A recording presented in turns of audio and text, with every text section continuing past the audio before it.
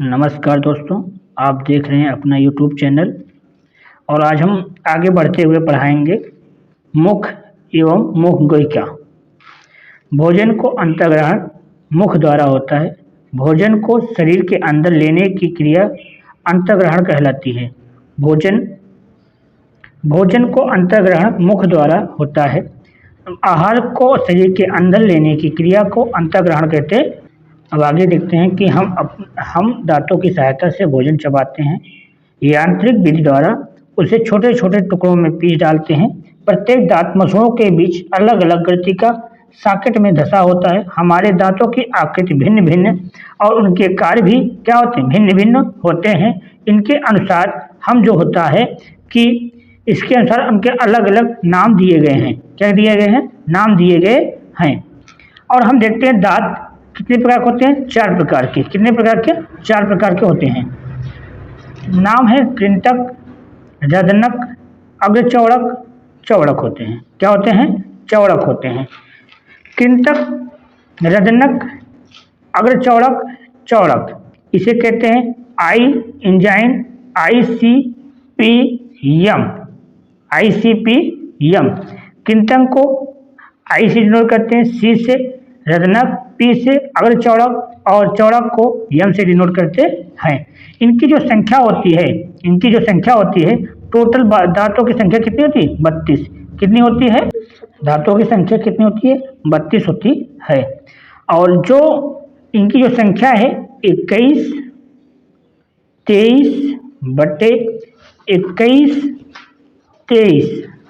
इसका आशय है कि कृंतक की दांतों की संख्या कितनी होती है? देखिए 2, मतलब 2 जोड़े। कितने हो जाएंगे? 2 जोड़े।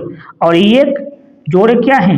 रदनक। देखिए एक दांत ये है और एक दांत ये है, इसका मतलब है 1 जोड़े। कितने जोड़े? 1 जोड़े।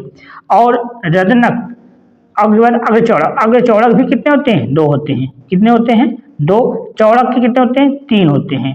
अब कुल मिला लिया जाए कितने दांत हो जाएंगे? कुल 32 दांत। हमारे मुख में कुल कितने दांत होते हैं? 32 दांत। कौन कौन से होते हैं? कृंतक होते हैं, रदनक होते हैं, अग्रचौड़क होते हैं, चौड़क होते हैं।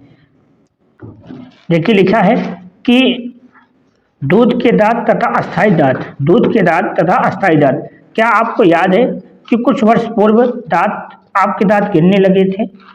हमारे दांतों का प्रथम सेट शैशवावस्था में निकलता है तथा लगभग 8 वर्ष की आयु तक सभी दांत गिर जाते हैं। क्या होते हैं? गिर जाते हैं। लगभग 8 वर्ष तक सभी दांत क्या हो जाते हैं? गिर जाते हैं। क्या हो जाते हैं? गिर जाते हैं। देखिए लिखा हुआ है सभी दांत लगभग 8 वर्ष की उम्र में दूध की जितने भी दांत होते हैं वो सभी दांत क्या हो जाते हैं? गिर जाते हैं, जिन्हें हम दूध की दांत कहते हैं। क्या कहते हैं? दूध की दांत कहते हैं। दूध की दांत के बाद आता है जो दांत निकलते हैं दूसरे दांत, उसे कहते हैं अस्थायी दांत। क्या कहते हैं? अस्थायी दांत। जो दांत दूध के बाद निकलते हैं उसे अस्थायी दांत कहते हैं। इनके जो इसकी जीवन अवधि होती है समान स्वस्थ व्यक्ति की, अस्थायी दांत पूरे जीवन काल भर चलता है। यद्यपि तथापि ये भी गिर जाते हैं, लेकिन कब गिरते हैं? वृद्धावस्था में। कब गिरते हैं? वृद्धावस्था में दांत गिरने लगते हैं। इस प्रकार हम देखते हैं दांत भी कितने होते हैं? 2 होते हैं। एक होते हैं दूध के दांत, एक होते हैं अस्थायी के दांत। दूध के दांत वे होते हैं जो सौ काल में दांत उगते हैं, उसे दूध के दांत कहते हैं। ये सभी दांत 8 वर्ष की आयु में सब गिर जाते हैं और 8 वर्ष के बाद जो दांत निकलते हैं उसे अस्थायी दांत कहते हैं। अगला आता है जीभ। क्या आता है? जीभ। जीभ है। क्या है? जीभ। एक क्या है? जीभ। जीभ किसे कहते हैं? जीभ एक पेशी मसल अंग है जो पीछे की ओर मुख गुहिका के अधर तल से जुड़ी होती है। इसका अग्र भाग स्वतंत्र होता है और किसी भी दिशा में मुड़ सकता है। जैसे आपकी क्या है? जीभ है। क्या है? जीभ। ये मुख गुहिका के अंदर लगा होता है। इसका जो आगे का भाग होता है, ये जो भाग होता है ये स्वतंत्र होता है, अर्थात इसको हम आगे पीछे मोड़ सकते हैं। और जो पीछे का भाग होता है, अधर होता है, इसे हम मोड़ नहीं सकते हैं।